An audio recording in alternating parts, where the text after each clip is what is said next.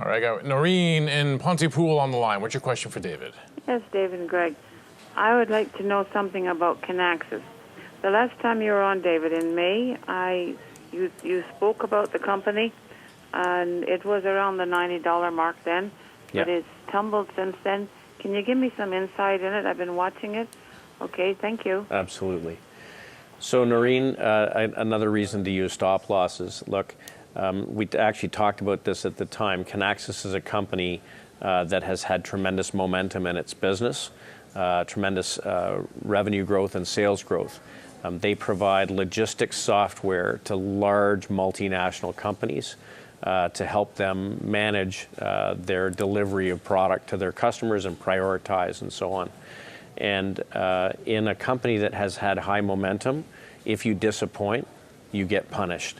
And so one of their very big customers, Samsung, and it appears as though Samsung is not going to continue to pay them for their product.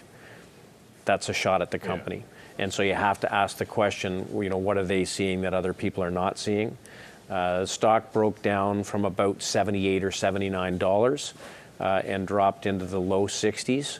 It's bounced since then. I would use that strength, if you own it, to make an exit. There is a significant difference between what a momentum investor will pay and where a value investor will come in. And in a market where there's lots of companies that are hitting their numbers, Connexus disappointed. So there's always reasons why people point to a company missing their numbers. But you have to remember, if you're in a strong market, you have only so much capital. Make sure you don't let a little mistake turn into a big one.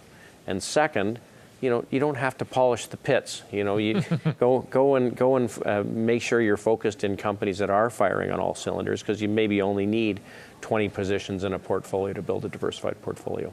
Okay, we got Dallas and Edmonton on the line. What's your question for David?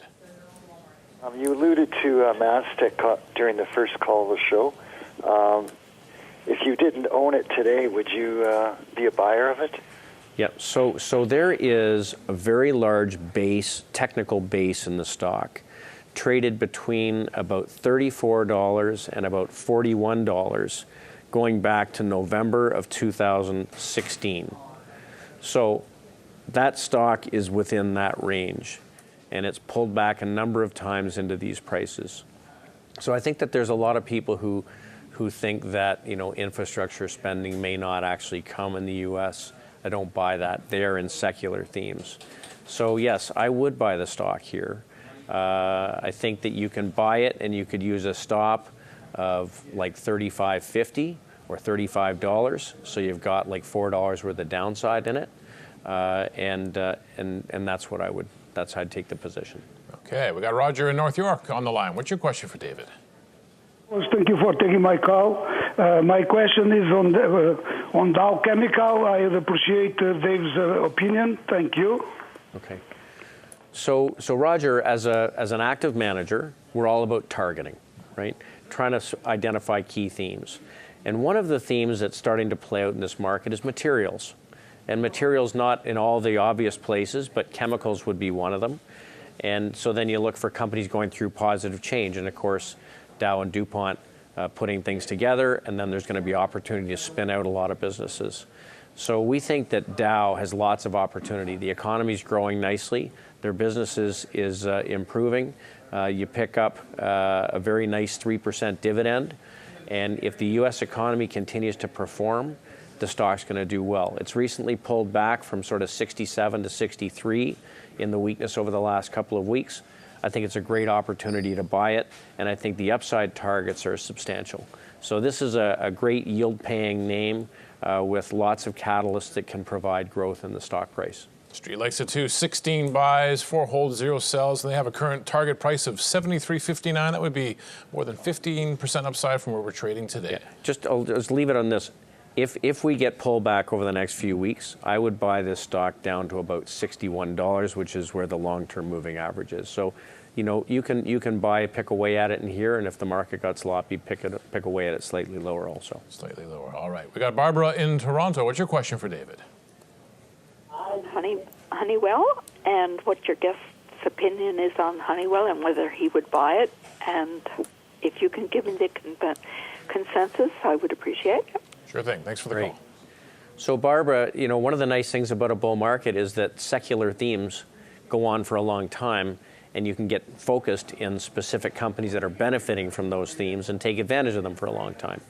And now for a couple of years, we've been talking about the Internet of Things and companies that benefit. And given that the U.S. manufacturing economy is improving, but has very, very old equipment, there's money being spent to upgrade. So we recommended Honeywell several times over the last couple of years. I would continue to buy it here because they build instruments that measure things and that are connected to the internet, connected to industrial machinery and to environmental control systems. And this is a poster child for the Internet of Things. We're going to talk about another company in this area as one of our top picks today.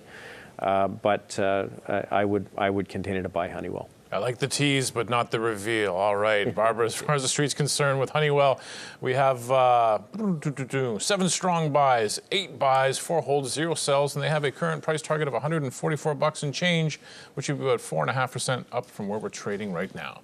We're going to be back with David Burrows. He's President and Chief Investment Strategist of Barometer Capital Management. He's answering your questions on North American large caps, so give us a call, toll free, 1-855-326-6266.